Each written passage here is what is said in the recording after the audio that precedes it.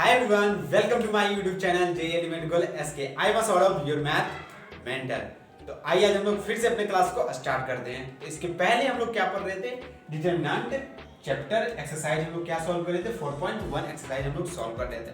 इसके previous video में हम लोगों ने 5 नंबर क्वेश्चन तक कर लिया था और मैंने आपको 3 होमवर्क भी दिए थे।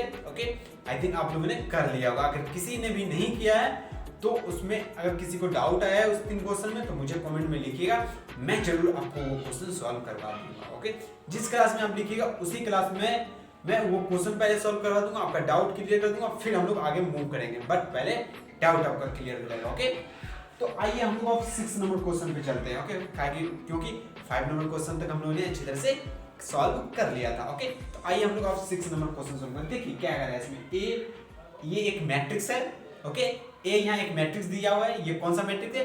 3x3 ऑर्डर का ये मैट्रिक्स दिया गया है। ओके, हम लोग आई थी ये मैट्रिक्स दिया गया है, ये डिटरमिनेंट नहीं दिया गया है। अब हमको क्या निकालने बोला है? यहाँ बोला है फाइंड डिटरमिनेंट ऑफ ए। यहाँ डिटरमिनेंट का है निकालने हैं। अब दिया क्या है? मैट्रिक्स। तो हम लोग आसानी से प्रीवियस क्लास में हम लोगों ने अच्छी तरह से पढ़ा है कि किसी भी डिटरमिनेंट को मैट्रिक्स में किस तरीके से कन्वर्ट किया जाता है। आइए हम लोग इजीली तरीके से इसे कन्वर्ट करते हैं। ओके, तो ये देखिए इसको हम लोग डिटरमिनेंट में लिख देते हैं। ओके, इसको किस तरीके से सिंपल हम लोग ये इस बॉक्स के रिप्रेजेंट को हम लोग चेंज कर देंगे। चेंज हो जाएगा डिटरमिनेंट मैट्रिक्स में। ओके, सॉरी मैट्रिक्स डिटरमिनेंट में। तो यहाँ कितने को 1 1 -2 एंड 2 1 -3 एंड 5 4 और -9। ये आपका एक मैट्रिक्स था, उसे हम लोगों ने डिटरमिनेंट में कन्वर्ट कर दिया। ओके, तो हम लोगों ने किसी एक मैट्रिक्स को डिटरमिनेंट में क्या कर दिया? कन्वर्ट कर दिया। अब हम लोग सॉल्व करते हैं। तो मैंने बताया था ये किस ऑर्डर का है डिटरमिनेंट? 3x3 ऑर्डर का है। आप लोग देखिए 3 रो है, 3 कॉलम है। तो ये किस ऑर्डर का डिटरमिनेंट है? 3x3 ऑर्डर का डिटरमिनेंट है। और हम लोग सीख चुके हैं प्रीवियस वीडियो में या प्रीवियस क्लासेस में हम लोग सीख चुके हैं कि हम लोग 3x3 ऑर्डर डिटरमिनेंट को किस तरीके से सॉल्व कर सकते हैं। तो आइए फिर हम लोग सॉल्व करते हैं इसे। आइए आज हम फिर से हम लोग सीखते हैं। अगर किसी बच्चे को नहीं आ रहा होगा तो फिर से आप लोग सीख लीजिएगा। ओके, अब फिर से हम लोग इसे सॉल्व करते हैं। देखिए पहले हम लोग इसमें क्या करते हैं, इसमें ओके ये जो डिटरमिनेंट दिया गया इसी का वैल्यू कह रहा है निकालने के लिए। तो हम लोग पहले क्या करते हैं, एक पार्ट रो को ले लीजिए या किसी एक कॉलम को ले लीजिए। मैंने क्या बोला? तो हम लोग क्या करते हैं, किसी भी एक रो को ले लेते हैं या किसी भी एक कॉलम को ले लेते हैं। तो आइए मैं ये फर्स्ट रो ले लेता हूँ। ओके, तो मैं फर्स्ट रो का पहला एक लेता हूँ। तो मैंने बताया था आप जिसको लेते हैं ना उसका रो और कॉलम को क्या करते हैं हम लोग? झाँप देते हैं या छुपा देते हैं। ओके, देखिए ये एक 1 लिया मैंने, इसका रो ये रहा, ये कॉलम रहा, ये मैंने छुपा दिया। बचा के ये 4 को बचा, जो बचता है उसे हम लोग बॉक्स में लिख देते हैं। 1 -3 एंड 4 एंड -9 ये हो गया आपका, लिख लिया हम लोगों ने। फिर हम लोग क्या करते हैं, अब मैंने साइन भी बता दिया। इसके बाद अल्टरनेटिंग चलता है, मतलब प्लस माइनस चलता है। तो बताइए ये इसके आगे कितना है? प्लस है, उसके बाद क्या होगा? माइनस आ जाएगा। माइनस क्या हो जाएगा? -1। फिर इसके बाद देखिए ना, ये 1 के बाद क्या है? ये 1 के बाद भी 1 ही है, तो वो हम लोग साइन के साथ हम लोग प्लस माइनस फिर प्लस चलते हैं। ये मैंने लगा दिया यहाँ माइनस। फिर हम लोग बॉक्स में क्या लिखेंगे? जिसको हम लोग लेते हैं उसका रो और कॉलम को क्या करते हैं हम लोग? छुपा देते हैं। ओके, तो ये देखिए हम छुपा देते हैं इसे। छुपाने के बाद बचा के ये दो को बचा। ओके, तो आपका बचा क्या? 2 -3 एंड 5 एंड -9 बचा। ये आपका बच चुका है। ओके, अब लास्ट में हम लोग को क्या बचा? -2 बचा। क्योंकि इसके आगे हम लोग प्लस लगाएंगे तो प्लस माइनस क्या कन्वर्ट हो जाएगा? माइनस में कन्वर्ट हो जाएगा, इसलिए हम लोगों ने माइनस डायरेक्ट लगा दिया। अब ये लिए -2 लिए तो इसका रो और इसका कॉलम छुपाइए तो ये 4 को हम लोगों को बचता है। तो इसे भी मैं यहाँ पे लिख देता हूँ 2 1। ये मैंने लिख दिया। इसमें किसी भी बच्चे को डाउट आई थिंक नहीं हुआ होगा। अगर किसी भी बच्चे को डाउट हुआ है तो कमेंट बॉक्स में उस डाउट को पूछिए। कमेंट बॉक्स में आप क्या पूछिएगा? उस डाउट को पूछेगा। डाउट हालांकि नहीं होना चाहिए क्योंकि मैंने प्रीवियस वीडियो में अच्छी तरह से आपको डिटेल से ये सब बताया है। ओके, तो अब हम लोग इसे सॉल्व करते हैं।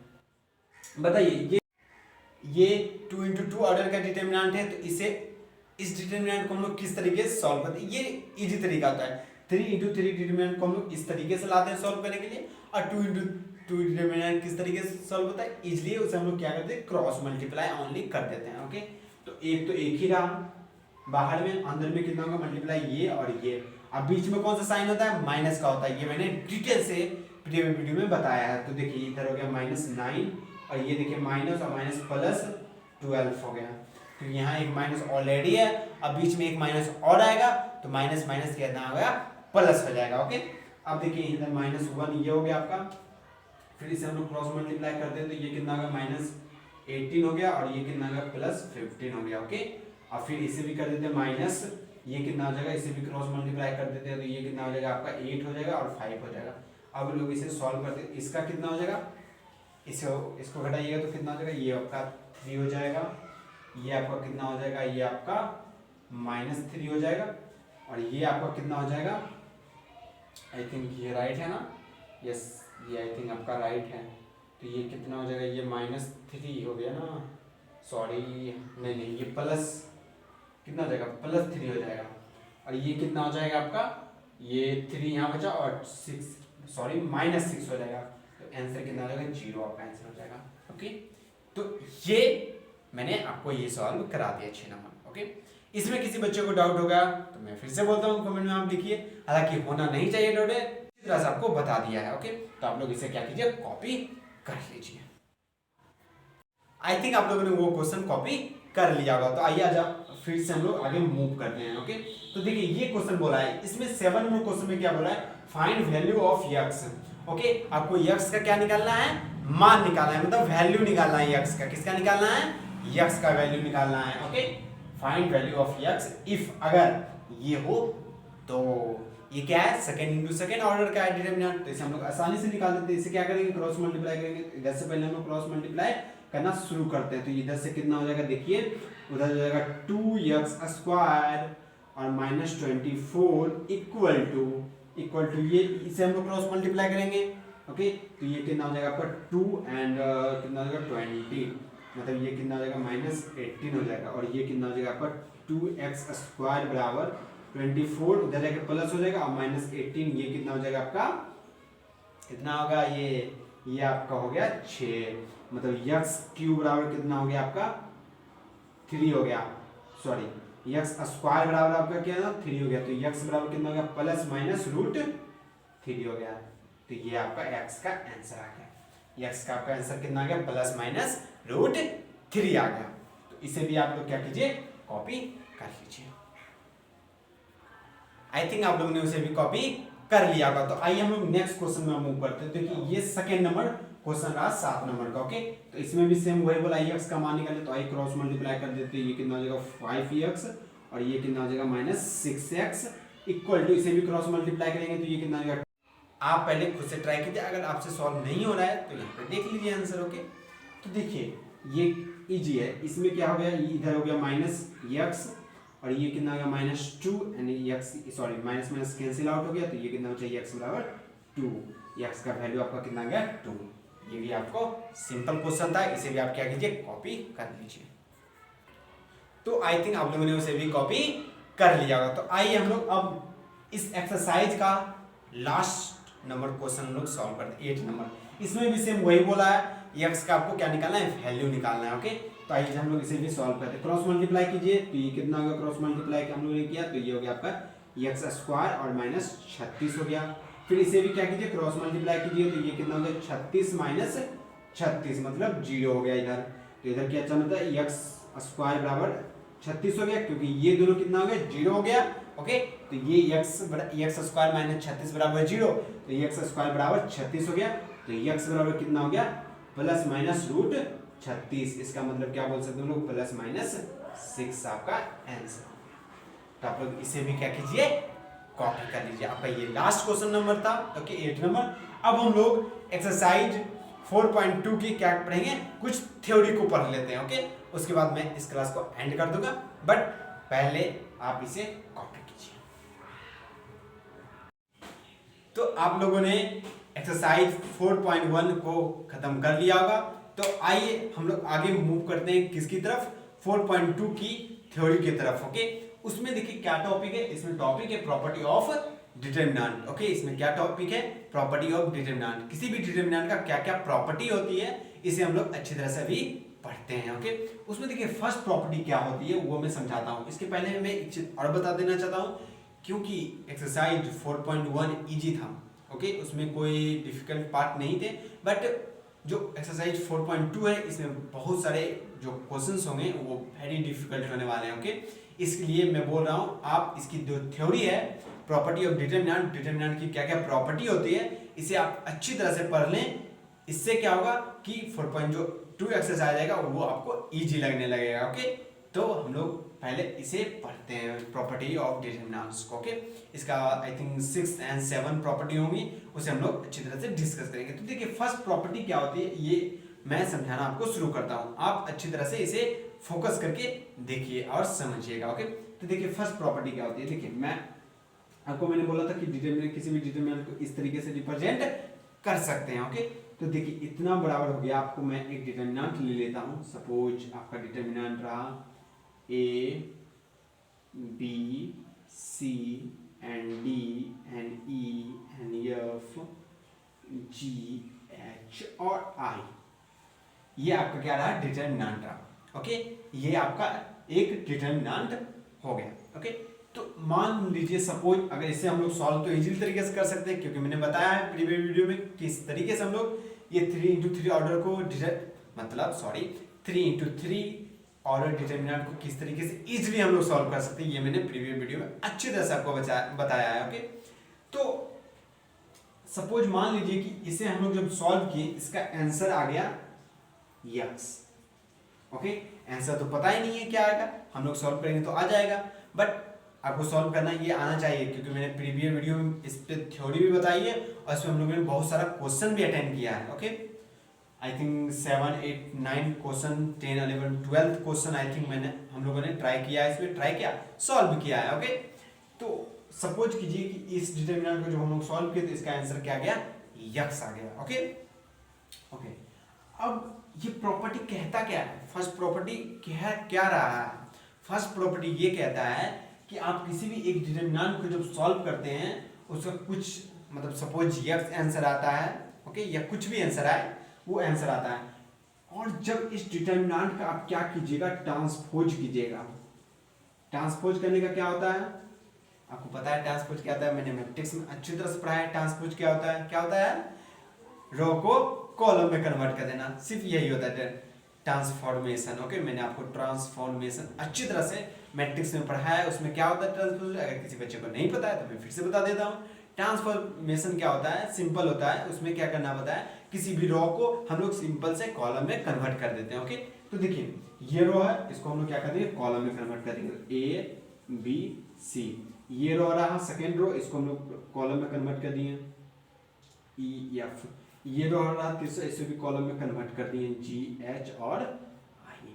तो बताइए ये रहा आपका फर्स्ट रो, ये रहा आपका सेकेंड रो, ये आपका क्या रहा थर्ड रो, ये आपका फर्स्ट कॉलम C1 एंड ये सेकेंड कॉलम C2 एंड ये थर्ड कॉलम C3 रहा। ओके, तो देखिए सेम है ना।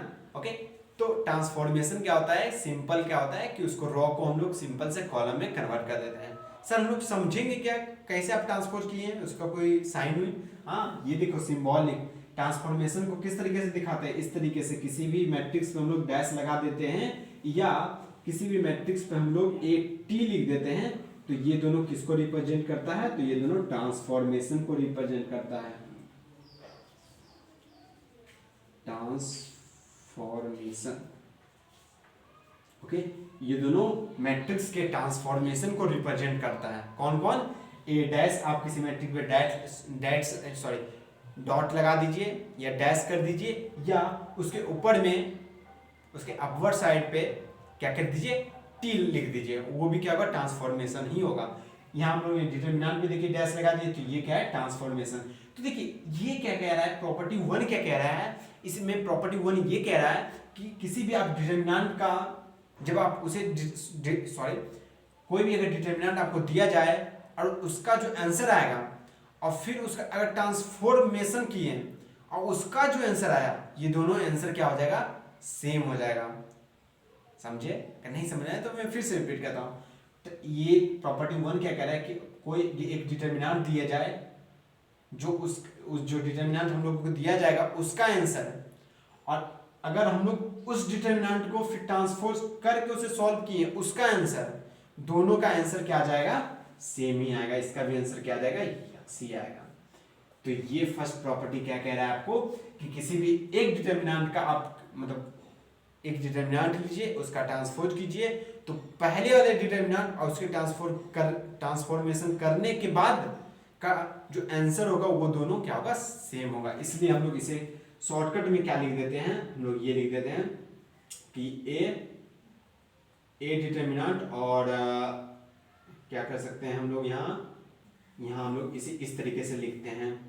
देखिए इससे हम लोग डिटर्मिनेंट ये वाला और डिटर्मिनेंट ये दोनों क्या होता है, दोनों का आंसर क्या होगा, सेम होगा। ओके, तो ये फर्स्ट प्रॉपर्टी कहता है। आप इसे क्या कीजिए, कॉपी कर लीजिए। ये फर्स्ट प्रॉपर्टी आई थिंक आप लोग अच्छी तरह से समझ गए होंगे। अगर नहीं समझे तो कमेंट बॉक्स में आप लिख के बताइए, मैं अच्छी तरह से आपको क्या करूंगा, समझा दूंगा। ओके, तो आप इसे क्या कीजिए, कॉपी कर लीजिए।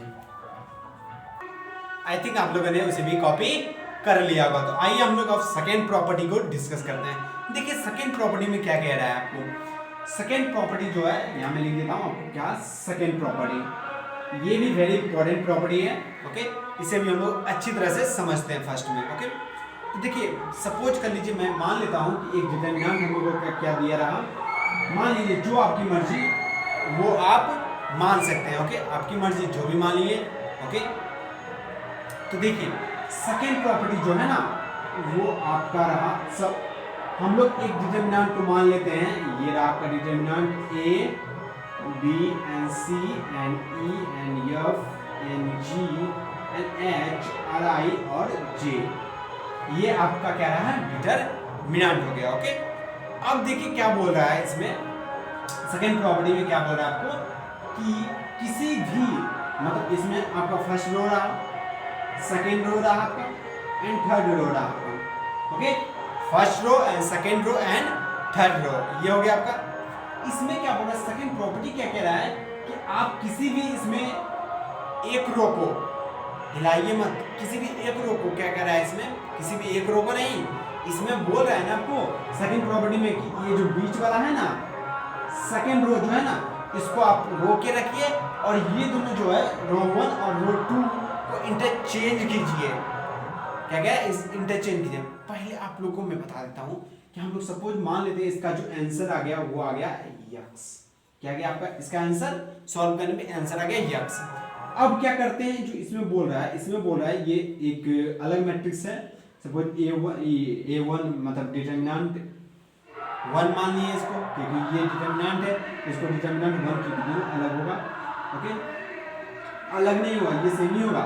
ओके, बट मैं इसको डिनोट करने का, हालांकि इसको इससे डिनोट कर दिए, अलग डिनोट करना पड़ेगा इसे। ओके, अब देखिए क्या बोल रहा है कि रो 1 को आप रो 3 में लेके चल जाइए और रो 3 को रो 1 में लेके चल जाइए और बीच वाले को बीच वाले में डालने दीजिए। तो ये देखिए हम लोगों ने क्या कर दिया, इंटरचेंज कर दिया। ओके, यहाँ से क्या कर दिया, आपको इंटरचेंज कर दिया, R1 को R3 में ला दिया और R3 को क्या कर दिया हम लोगों ने R1 में लाके रख दिया। ओके, तो इसका बोल रहा है ना कि आप लोग अगर सेकेंड प्रॉपर्टी में कह रहा है कि आप एक डिटर्मिनेंट लीजिए, उसका जो बीच वाला होगा R मतलब R2 बोल सकते हैं, उससे आप लोग रेस्ट पे रखिए और जो दो बचा रहेगा उसको आप लोग इंटरचेंज कर दीजिए। तो इससे क्या होने वाला है, इससे ये होगा कि जो इसका आंसर आएगा और इसका जो आंसर आएगा दोनों सेम आएगा, बट सेम तो आएगा बट इसका जो आंसर आएगा वो निगेटिव में सेम आएगा। इसका क्या कहने का मतलब है, इसका जो आंसर आएगा वो माइनस यक्स में आएगा। ओके, इसका जो आंसर आएगा वो किस में आएगा, माइनस यक्स में आएगा। ओके, सेकेंड प्रॉपर्टी यही कह रहा है कि आपको एक डिटर्मिनेंट दे दिया जाएगा, अगर आप उस डिटर्मिनेंट के बीच वाले को रेस्ट पे रखते हैं और दोनों को इंटरचेंज करते हैं, क्या करते हैं, इंटरचेंज मतलब बदलते हैं, तो उसका जो पहले वाले का आंसर रहेगा, इसका आंसर और जो हम लोग इंटरचेंज करने के बाद जो आंसर आएगा उसमें सिर्फ माइनस का अंतर रहेगा, ओके, और कुछ आंसर नहीं होगा। और मैं एक चीज और आपको बता देता हूँ सॉरी, एक चीज और मैं बता देता हूँ, इसमें जो सबसे ज्यादा यूज होगा डिटरमिनेंट, जो एक्सरसाइज है 4.2, उसमें सबसे ज्यादा जो यूज होने वाला है वो क्या होगा यूज, उसमें इंटरचेंज आपको करना आना चाहिए, तभी हम भी एंड आप भी इस क्वेश्चन को सॉल्व कर सकते हैं इजीली तरीके से। देखिए इंटरचेंज किस तरीके से हम लोग करेंगे ये मैं आपको पहले बता देता हूँ। देखिए किसी भी कॉलम को इंटरचेंज करने के लिए हम लोग इस तरीके से करते हैं, ओके। सपोज मान लीजिए C1 को इंटरचेंज कर रहे हैं तो CICJ, कॉलम को इस तरीके से इंटरचेंज करते हैं और रो को इस तरीके से इंटरचेंज करते हैं, ओके। कॉलम को इस तरीके से इंटरचेंज करते हैं और रो को इस तरीके से मतलब इंटरचेंज करते हैं। ये आप लोगों को अभी समझ में नहीं आ रहा होगा, जब मैं क्वेश्चन सॉल्व करूंगा या इसके बाद जो हम लोग और जो प्रॉपर्टी पढ़ेंगे उसमें मैं अच्छी तरह से समझाऊंगा कि इसका मतलब क्या होने वाला है, ओके। तब यहाँ पे कोई टेंशन लीजिए मत आप। ये जो मैं सेकेंड प्रॉपर्टी बता रहा हूँ उसमें क्या होगा, जब एक डिटरमिनेंट दिया जाएगा उसके बीच वाले को रेस्ट में रखिए और दोनों को इंटरचेंज कर दीजिए। सिर्फ किसमें अंतर आएगा, आंसर में अंतर आने वाला है। एक का आंसर यक्स होगा और उसका भी आंसर यक्स होगा, बट वो यक्स माइनस के साथ होगा। ये बोलने की कोशिश कर रहा है, ये आपको क्या हो गया, सेकेंड प्रॉपर्टी हो गया। आप इसे भी कॉपी कर लीजिए और मैं अब इस वीडियो को क्या करता हूँ, एंड कर देता हूँ, क्योंकि अब मैं थर्ड एंड फोर्थ प्रॉपर्टी इसके बाद भी पढ़ाता, बट यहाँ देखिए अभी सरस्वती पूजा है, इस कारण से यहाँ समझ सकते बाजा उजा बज रहा है घर के साइड में ही, ओके। तो इस कारण मैं ये वीडियो को यहीं पे रोक देता हूँ और आप ये first and second property revise कीजिएगा। इसके जो आप NCERT बुक कीजिएगा, इसके 2 एग्जाम्पल आपको मिलेंगे। फर्स्ट वाले प्रॉपर्टी के भी एग्जाम्पल मिलेंगे एंड सेकेंड वाले प्रॉपर्टी के भी आपको एग्जाम्पल मिलेंगे। तो इन दोनों को क्या कीजिए, आप सॉल्व कीजिएगा और कुछ आपको नहीं करना है, यही आपका होमवर्क रहा, ओके। ये दोनों को आप लोग सॉल्व कीजिएगा और अब हम लोग नेक्स्ट वीडियो में अच्छी तरह से फिर मिलेंगे और आप क्या कीजिए, अच्छी तरह से पढ़ाई कर देना। अगर कोई भी डाउट है तो आप मुझे कमेंट बॉक्स में बोल सकते हैं। थैंक्स यू ऑल, पढ़ते रहिए आप।